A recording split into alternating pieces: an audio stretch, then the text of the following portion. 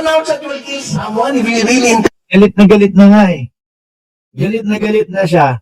Kasi nga, pinaiimbestigahan sila. Hindi sila sanay na iniimbestigahan sila sa loob ng 6 na taon na ang tatay niya, ang presidente, hindi sila sanay ng gano'n.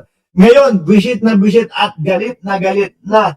Kaya ayun, hindi na napigilan. Ano, joke yun, Brad? In-announce siya. Kaya niya in-announce, kasi nagjo-joke siya. Ganun po ang gusto niyong sabihin sa mga Pilipino, sir? To kill someone. Common sense dictates otherwise. Thank you, Madam Chair. Madam Chair, Thank you. Honorable Abante.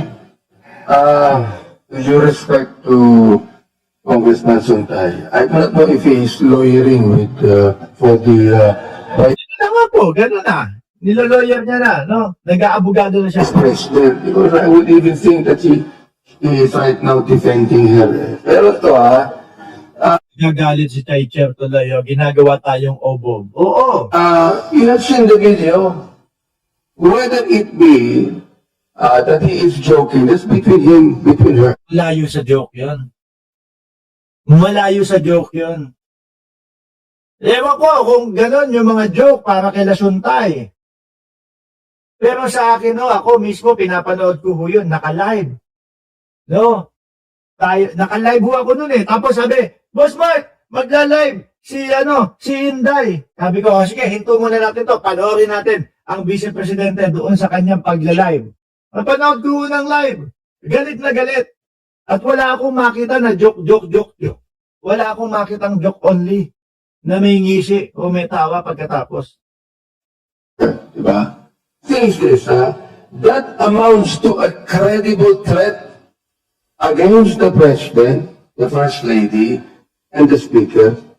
That is not political noise. Just like what he's saying about his wife. What he's saying about his wife is only political noise. No, but But that is not political noise, Madam Chair. Naalala nyo, ayan, tama, si Roswin Buti pinaalala sa atin. 3 beses o 2 beses sinabi ng Vice Presidente pagkatapos nung sinabi na yon. Ano sabi ng Vice Presidente? Pag may nangyari sa akin, may inutusan na akong patayin si Bongbong Marcos, si Lisa Marcos, at si Martin Romualdez, no? No joke. No joke. No joke. No joke. With yung itsura ng kanyang pagmumuka na sobrang seryoso. That is a red flag for national stability and constitutional order. Why? Saka po, Vice Presidente yun na pangalawa sa pinakamataas na katungkulan sa ating bansa. The Vice President is not a private citizen.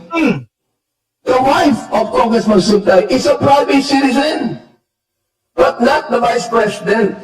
The office of the Vice President carries access, influence, and security resources. That is why the standard for public trust is higher, not lower, Madam Chair. Thank you very much. Yun, sa pool ni Abante. Totoo naman eh. Di ba? Lalo na yan, Vice Presidente. May pagbabanta sa buhay ng Presidente. Sa bahay nyo, kayo lang yun eh.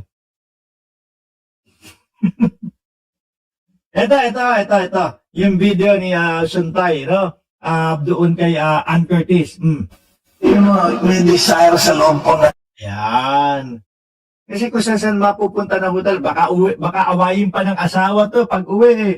Katatanggol sa Vice Presidente, oh.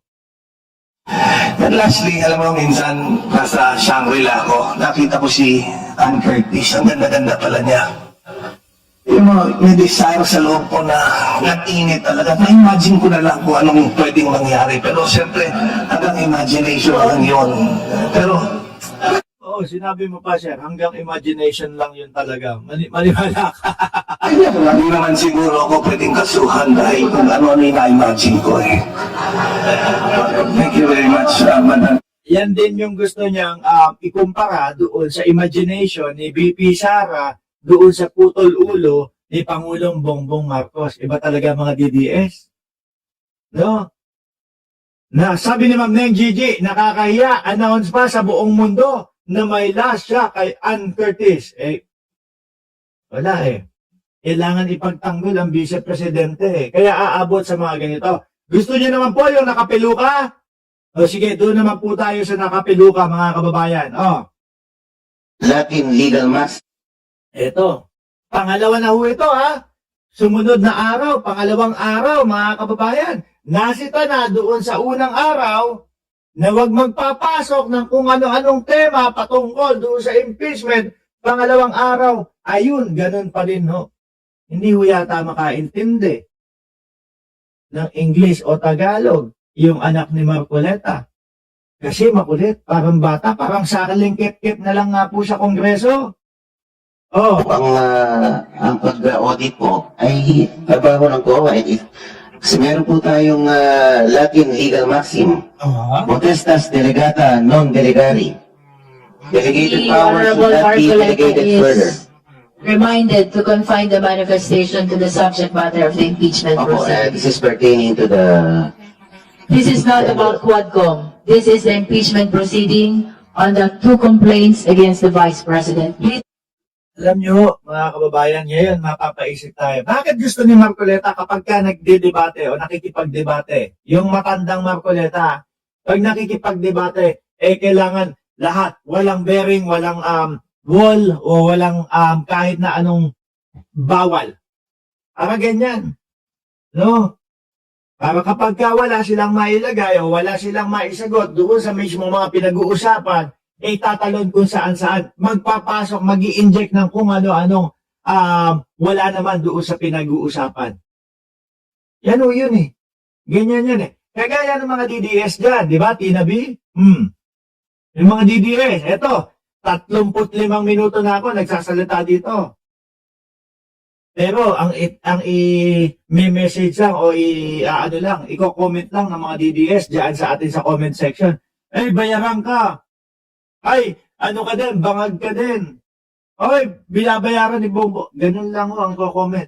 Pero doon sa mga pinag-usapan natin, wala. Ganito po, yung mga DDS. Kagaya nitong si Marcoleta. stick to the subject matter of this impeachment proceeding. But the envelope, yung opening the envelopes, hindi po ba may If you kinalaman? have concerns about the proceedings of Quadcom, perhaps you should address it in the other forums, but not in the impeachment proceedings. O ginugulo lang.